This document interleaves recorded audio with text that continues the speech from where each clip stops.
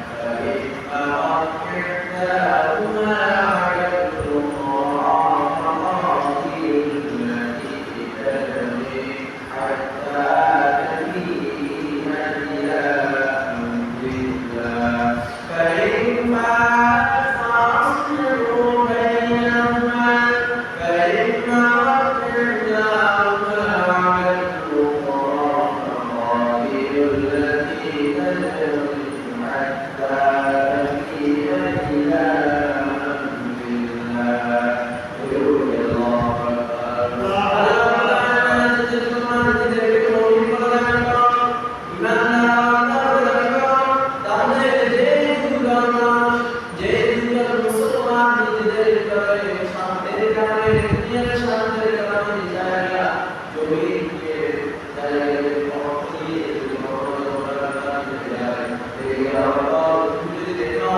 তুমি যদি দেখে থাকো তোমার সামনে দুজন মুসলমান দরকার আছে তখন তোমার দায়িত্ব হচ্ছে বেইমানরা ফাঁস করো তোমার দায়িত্ব হচ্ছে তুমি ওই দুজন মুসলমানের ভিতরে মীমাংসা করে দাও মীমাংসা করে ওই দুজন মুসলমানের ভিতরে শান্তিতে করে দাও আর যদি তারা দিতে এমন নাই ছেড়ে কোনো বিচার না করে মীমাংসা করে দাও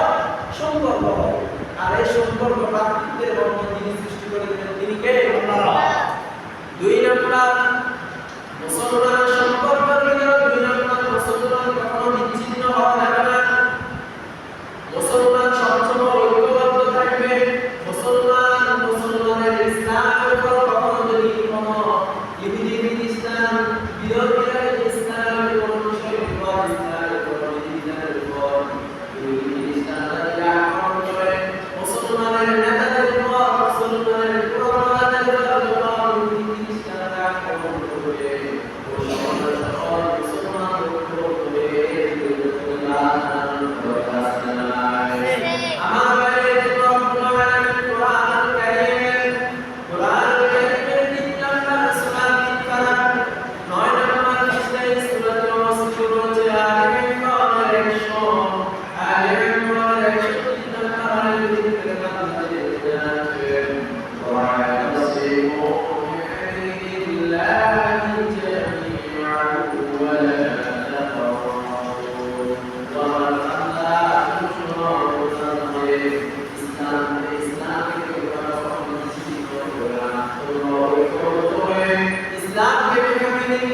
জামিআন ওয়া লা তাফাররাকু, ইসলামকে তোমরা আঁকড়ে ধরো।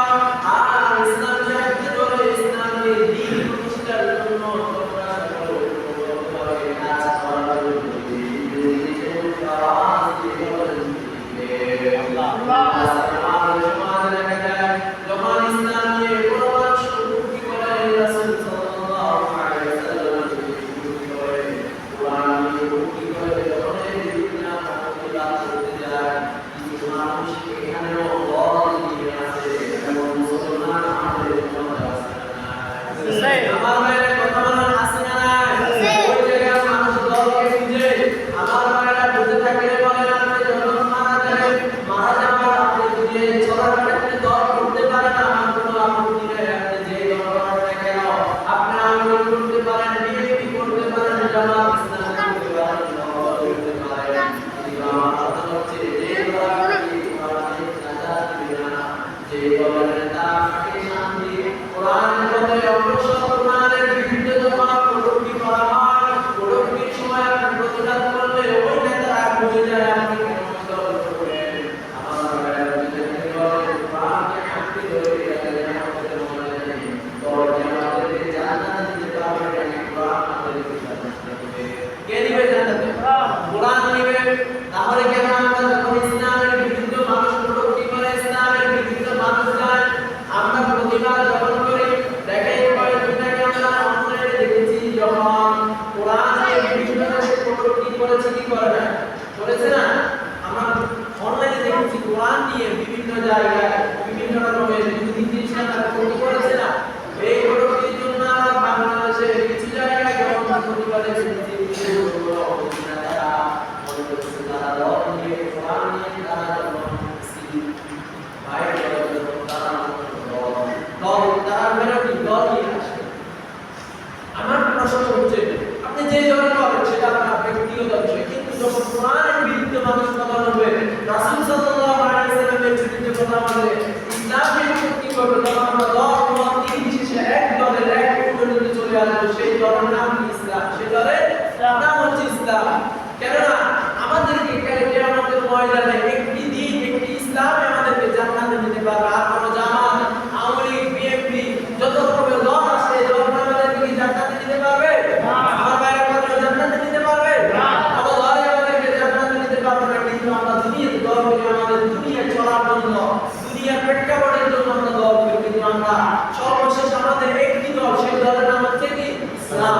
আর ইসলাম নিয়ে যদি কোনো নেতা, যদি কোনো দেশের রাষ্ট্রপতি, যদি কোনো মন্ত্রী, মহাদেশের যত বড় নেতা হোক না কেন, যদি ইসলাম নিয়ে, কোরআন নিয়ে কোনো কি করে, আমরা সবাই দল মত নির্বিশেষে এর বিরুদ্ধে প্রতিবাদ করার দরকার আছে না? আমার ভাইরা প্রতিবাদ করার দরকার আছে না? আর আমরা যদি প্রতিবাদ না করতাম, প্রতিবাদ যদি আমরা সবসময় করে থাকতাম, তাহলে আজ আমার বাংলাদেশের মানুষ ইসলাম বিভাগ হতো না, পাঞ্জাবি বিভাগ হতো না, আলিয়া কওমি কখনো বার হতো না, হতো? আমার ভাইরা কথা বলতো। দেখেন, আবার দেখেন, এই নামাজ আমরা যখন মসজিদে আসি, সালাত আদায় করার জন্য এই নামাজ আমাদেরকে ঐক্যের শিক্ষা দেয়, কিন্তু আমরা মসজিদ থেকে বাইরে আমরা এই ঐক্যকে ধরে রাখতে পারি না। ফর এক্সাম্পল দেখেন, আমরা যখন এই মসজিদে জুমার নামাজ আদায় করতে আসি কিংবা সালাত আদায় করতে আসি, তখন যদি আমরা সামনের কাতারে দাঁড়াই, যদি আমার পাশে যদি একজন আওয়ামী লীগের লোক দাঁড়ায়, আমরা কি তাকে পিছনে ফেলে দিই যে তুমি আওয়ামী লীগ করো, তুমি পিছনে যাও? আবার একজন বিএনপি লোক যদি দাঁড়ায়, আমরা কি তাকে বলি তুমি বিএনপি করো, তুমি পিছনে যাও? আমরা বলি? আমরা বলি না। কারণ আমরা মসজিদে এসে দল মত নির্বিশেষে সবাই একই জায়গায় কাতারে কাঁধে কাঁধ নিয়ে আমরা ইমামতি করি, নামাজ আদায় করি। কিন্তু যখন মসজিদ থেকে বাইরে স্বার্থের কারণে কেন আমরা ইসলামের বিরুদ্ধে চলে যাই, এটাই আমরা বুঝতে পারি না। তাহলে বোঝা যাচ্ছে আমাদের ইমানের ভিতরে দুর্বল রয়েছে। আর ইমানের ভিতরে দুর্বল থাকার কারণে আজকে আমরা মুসলমানরা বিবাদ, কিছু কিছু ছোট ছোট বিষয় নিয়ে আমরা মুসলমানরা অটল হয়ে আছি। আর এই কারণে ইহুদি খ্রিস্টানরা বিজাতীয়রা আমাদের ইসলামীয় তামাশা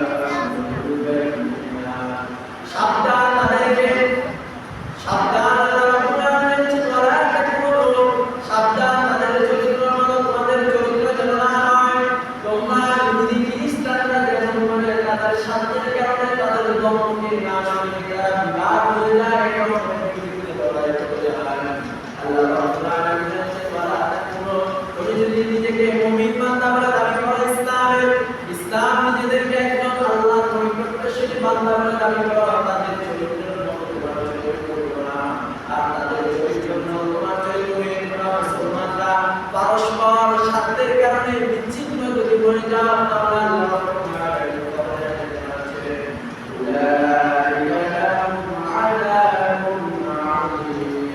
আল্লাহ রাব্বুল আলামিনের কাসম করে তবে ওই সকল বান্দাদের ওই সকল দেশবাসীর জন্য আযাব দিয়ে তাহলে আমরা মুসলমানরা যদি বিচ্ছিন্ন হয়ে যায়, আমরা মুসলমানরা যদি দলের কারণে, স্বার্থের কারণে, নিজের টাকা পয়সার কারণে যদি বাইরে বিবাদ হয়ে যায়, সমাজ যদি বিচ্ছিন্ন হয়ে যায়, আমাদের জন্য যিনি আযাব রেখেছেন তিনি কে?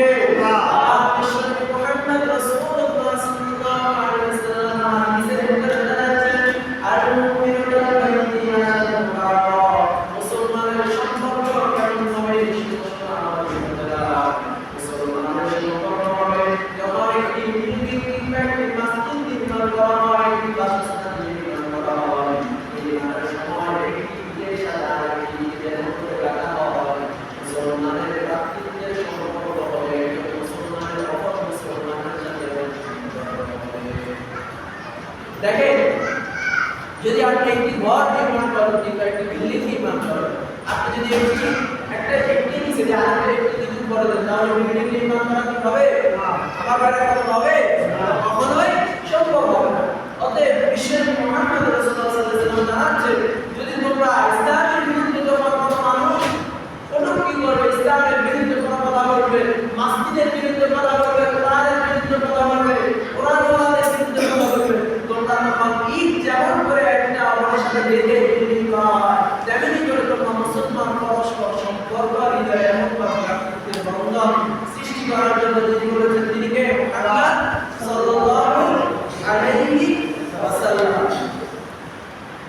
এবার আসুন আবার আল্লাহ রাব্বুল আলামিন কোরআনের সূরা নিসার মধ্যে জানাচ্ছেন, সূরা নিসার 175 নম্বরে জানাচ্ছেন, ফাআমাল্লাযীনা আমানু বিল্লাহি ওয়া রাসূলিহি ফাসায়ুদখিলুহুম ফি রাহমাতিন মিনহু ওয়া ইয়াহদিহিম ইলাইহি সিরাতান মুস্তাকিমা।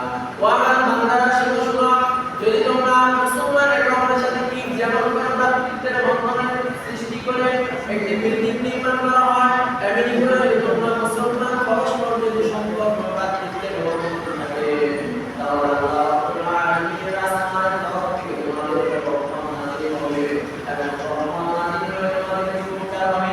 ইলাইহি সিরাতান মুস্তাকিমা, তোমাদেরকে আল্লাহ রাব্বুল আলামিন সঠিক এবং সরল পথে যিনি আমাদেরকে সন্ধান দিবেন, উচ্চ আওয়াজে বলুন তিনি কে? আজকে দেখেন আমরা নামাজে এসে সূরাতুল ফাতিহা পড়ি না? আমরা সূরাতুল ফাতিহা পড়ি, ইহদিনাস সিরাতাল মুস্তাকিম, ওগো আল্লাহ আমাদেরকে সঠিক এবং সরল পথের সন্ধান দেন। আমরা এখানে নামাজ পড়ি, এখানে আল্লাহর কাছে দোয়া করি, মসজিদ থেকে বাইরে হই, মসজিদ থেকে বাইরে হওয়ার পর আমার মুসলমান এখানে কি করে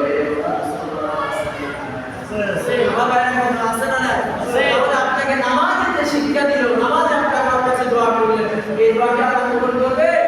আমার বাইরে আল্লাহ কবুল করবে? কখনোই করবে না। অতএব আমাদের সমাজে যাদের সাথে আমাদের স্বার্থের কারণে মীমাংসা হয়ে আছে, বিভিন্ন রকমের নিজের দুনিয়াকে স্বার্থের কারণে মুসলমান ভাই বিবাদ রয়েছে, বাবার ছেলে বিবাদ রয়েছে, সাদাবাদীদের বিবাদ আছে না নাই? সেই বিবাদগুলো কি রাখা যাবে? কার জন্য রাখা যাবে না? একজনের জন্য আমরা এই বিবাদগুলোকে মীমাংসা করে দিয়ে একে অপরের হৃদয়ে টেনে দিব। কার জন্য? আল্লাহর জন্য। আমরা যদি আল্লাহর জন্য একে অপরকে হৃদয়ে টেনে নিয়ে দল মত নির্বিশেষে স্বার্থকে বাদ দিয়ে আমরা যদি একটি দলের ঐক্যবদ্ধ হয়ে ইসলামের জন্য কাজ করি, আমাদের এই ইসলামের বিজয় যিনি দিবেন তিনি কে? আমাদেরকে ইহদিনাস সিরাতাল মুস্তাকিমের অটল থেকে জান্নাতে যাওয়ার জন্য আমাদেরকে যিনি প্রস্তুত করবেন তিনি কে? তিন নাম্বার মুসলমানের পরস্পর সম্পর্কের ভিতরে 3 নাম্বার যে পয়েন্টটি আমি বলেছি, একজন মুসলমান অপর মুসলমানের কল্যাণ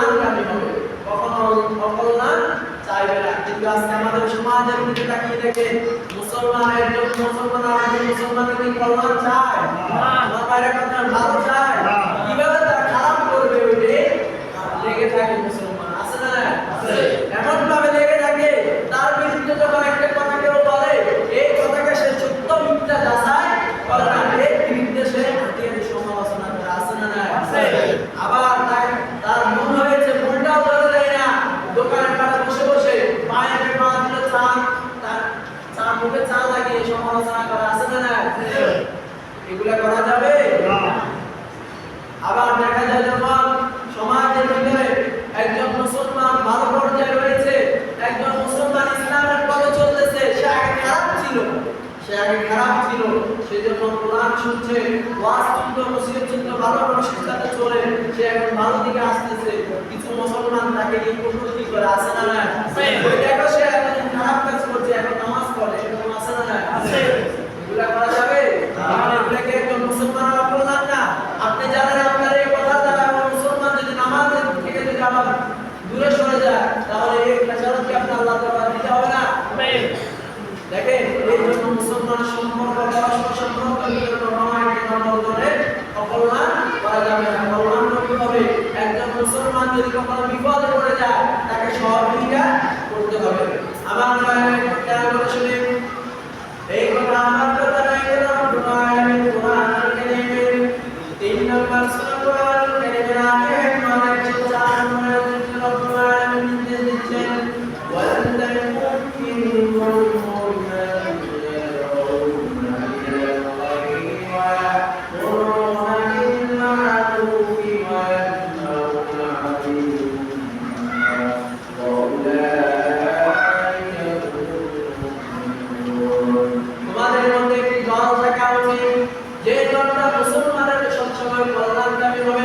যদি সমাজের ভিতরে, যদি দেশের ভিতরে কোনো মানুষ সৎ কাজে নিয়োজিত হয়ে থাকে, অসৎ কাজে ব্যস্ত হয়ে থাকে, ইসলামের যে কাজগুলো অকল্যাণ রয়েছে, এই অকল্যাণ কাজের ভিতরে যদি লিপ্ত হয়ে থাকে,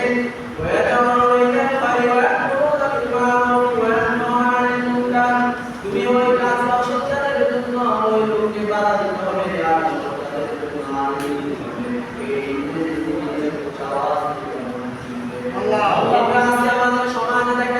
মানুষ মসজিদে এসে নামাজ আদায় করে, কিন্তু দোকান পাড়ে যত মানুষ বসে থাকে তাদেরকে নামাজের জন্য ডাকে না, এরকম মুসলমান আছে না? তাহলে আপনারা কি দায়িত্বের ভিতরে পড়ে না তাদেরকে এই অসৎ কাজ থেকে বিরত থেকে নামাজে আসার জন্য বলা? আল্লাহর কোরআনের নির্দেশ অনুযায়ী কি পড়ে না? আমার বাইরে কোনো পড়ে কি পড়ে না? আপনি আপনার চোখের সামনে জেনা হচ্ছে কিন্তু আপনি বলতেছেন না। যদি আমি বলি আমার উপর যদি কোনো হামলা আসে, এরকম চিন্তা ভাবনা করে মুসলমান আছে না? এগুলা কি করা যাবে? আপনার সামনে যখন অসৎ কাজ চলতেছে, খারাপ কাজ চলতেছে, আপনি হয় হাত দিয়ে রুপায়িত করতে হবে, না হয় মুখ দিয়ে রুপায়িত করতে হবে, যেভাবে আপনার সম্ভব সেভাবে আপনি কি অসৎ কাজে বাধা প্রদান করার জন্য নিজে দিকে। আর আপনি যদি এই সব কাজে যদি বাধা যদি না দেন, অকল্যাণ কাজে যদি মানুষদের থেকে ফিরিয়ে নেন, কল্যাণকামী যদি মুসলমানের সহযোগিতা যদি না করতে পারেন, তাহলে আল্লাহ রাব্বুল আলামিন আপনার দুনিয়াও ধ্বংস, আখিরাতেও ধ্বংস। আর আখিরাতের ধ্বংস হচ্ছে আপনি আখিরাতে সফল হতে পারবেন না। আল্লাহ রাব্বুল আলামিন শেষ করতে তারাই হচ্ছে সবচেয়ে সফলকামী, যারা এই সকল অসৎ কাজে বাধা দিয়ে সৎ কাজে আগে দিবে এবং মুসলমান পরস্পর সহযোগিতা করে। আমরা সফল হতে চাই কি চাই না? আমরা সফল হতে চাই কি চাই না? তারপরে 4 নাম্বার মুসলমানের সম্পর্ক বৃদ্ধির জন্য পরস্পর 4 নাম্বার এক মুসলমান অপর মুসলমানের জন্য দোয়া করতে হবে। কি করতে হবে? দোয়া করতে হবে। কিন্তু আজকে আমরা কি দোয়া করি? আমরা শুধু নিজের দোয়াই আল্লাহর কাছে করি। অথচ আল্লাহ কোরআন জানাচ্ছে তোমরা এক মুসলমান অপর মুসলমানের জন্য সব সময় দোয়া করবা। কোরআনুল কারীমের 47 নাম্বার সূরা মুহাম্মাদের ভিতরে আল্লাহ কোরআন জানাচ্ছে, কোরআনুল কারীমের 26 নম্বর পারা 8 নম্বর পৃষ্ঠা শুরু দিয়ে যায়, ফাআলাম আন্নাহু লা ইলাহা ইল্লাল্লাহ ওয়াস্তাগফির লিযানবিকা ওয়া লিল-মুমিনিনা ওয়াল-মুমিনাত ওয়াল্লাহু ইয়া'লামু তাকাল্লাবাকুম ওয়া তাওয়াক্কালাকুম।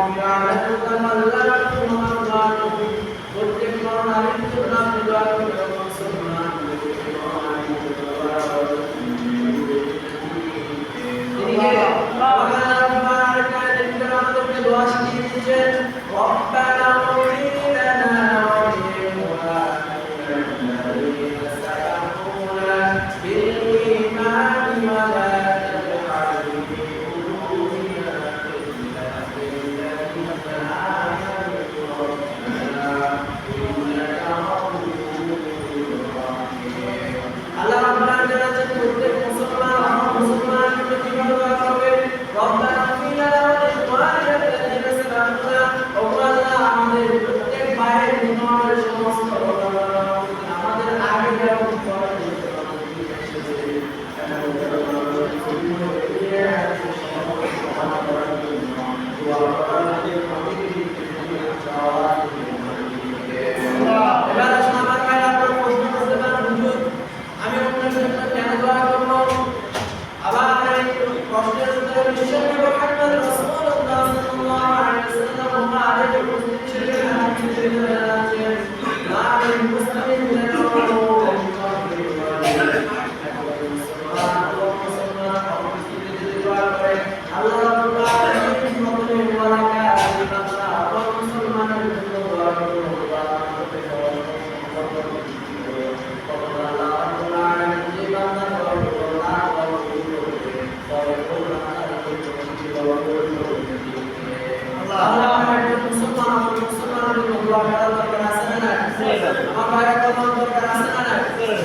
এবার আসুন আবার দেখা যায় আমাদের সমাজ সংকীর্ণ আর পয়েন্টগুলো আমরা শেষ করে দিব।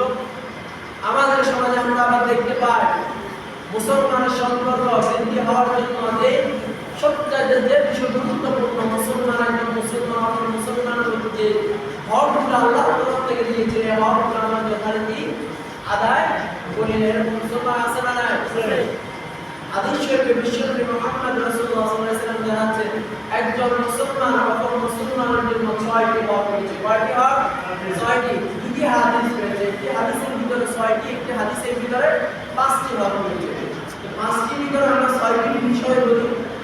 হাক্কুল মুসলিমিন আলা সিদ্দ বিশ্বনবী মুহাম্মদ রাসূলুল্লাহ সাল্লাল্লাহু আলাইহি ওয়াসাল্লাম বলেন একজন মুসলমান অপর মুসলমানের জন্য 6টি হক রয়েছে। 6টি হকের ভিতরে এক নম্বর হক হচ্ছে ইদারা ইন ফাসাল্লিম, যখন একজন মুসলমান অপর মুসলমানের সাথে সাক্ষাৎ হবে তাকে কি দিতে হবে? সালাম প্রদান করতে হবে। কিন্তু আজকে আমাদের সমাজে সালাম কি আছে? আমার ভাইরা বলেন সালাম কি দেয়? সালাম আমাদের সমাজ থেকে কি হয়ে গেছে? উঠে গেছে। আমাদের সময় সংকীর্ণ আমরা বিষয় লক্ষ্য করবো না। তাহলে আমরা একটা মুসলমান অপর মুসলমানের সাথে দেখা হলে কি দিতে হবে? সালাম দিতে হবে। এটা তার কি হক। 2 নাম্বার ওয়াইদা দাআত মান ফাজিউকা, এবং 2 নাম্বার হচ্ছে একজন মুসলমান অপর মুসলমানকে যদি নামাজের ক্ষেত্রে দাওয়াত প্রদান করে, যে কোনো ক্ষেত্রে দাওয়াত দেওয়ার আহ্বান করে, সেই দাওয়াতে কি দিতে হবে? সেই দাওয়াতে অংশগ্রহণ করতে হবে। 3 নাম্বার ওয়াইদা একজন মুসলমান অপর মুসলমানকে সবসময় কি দিবে? যখন সে হাসি দিবে, হাসির উত্তর দিবে আলহামদুলিল্লাহ। 4 নাম্বার ওয়াইদা একজন মুসলমান অপর মুসলমানকে সবসময় ভালোবাসা দিবে। 5 নাম্বার ওয়াইদা মারিদ যখন একজন মুসলমান অসুস্থ হবে, কোনো মানুষ অসুস্থ হবে, তাকে দেখতে যাওয়া তার উপর কি হক। কিন্তু আমাদের সমাজে কি দেখতে যায়? মানুষ আর্থিকভাবে সহযোগিতা করে না কেন, কিন্তু ঘরের পাশে একজন মানুষ অসুস্থ হয়ে অবশ্যই রোগীর মতো পড়ে আছে, সে একটু ঘুরিয়ে দেখেন, আছে না নাই? আপনি মুসলমান হিসেবে আপনার দায়িত্ব তাকে গিয়ে দেখা, তার খোঁজ খবর নেওয়া, এই দায়িত্ব যিনি দিয়েছেন তিনিকে। এবং লাস্ট যে ওয়াইদা মাতা একজন মুসলমান যখন মারা যাবে তখন তার জানাজায় অংশগ্রহণ করা। এই 6টি হক এবং যে 4-5টি পয়েন্টে আমরা পরস্পর মুসলমান পরস্পর সম্পর্ক বৃদ্ধির জন্য যে কথাগুলো বলেছি, এই কথাগুলো কি আমার তার কথা ছিল? প্রতিটি কথা কোরআনের আয়াত দিয়ে রেফারেন্স দিয়ে কথা বলেছি। অতএব যে কথাগুলো বলেছি আল্লাহ রাব্বুল আলামিন আমাদের সকলকে, সকল মুসলমানদেরকে ঐক্যবদ্ধ হয়ে দল মত নির্বিশেষে আমরা এক পরিচয় ঈমানে আলাদা ঈমানের মজবুত হয়ে আমরা যে ঐক্যবদ্ধ হয়ে ইসলামের জন্য কাজ করতে পারি, ইসলামকে অগ্রসর করে ইসলামের যে বিধিবিধানগুলো রয়েছে এই বিধিবিধানগুলোকে আমরা মানতে পারি। আল্লাহ আমাদের সকলকে তৌফিক দান করুন। আমরা সকলকে আমিন। আলহামদুলিল্লাহ রাব্বিল আলামিন।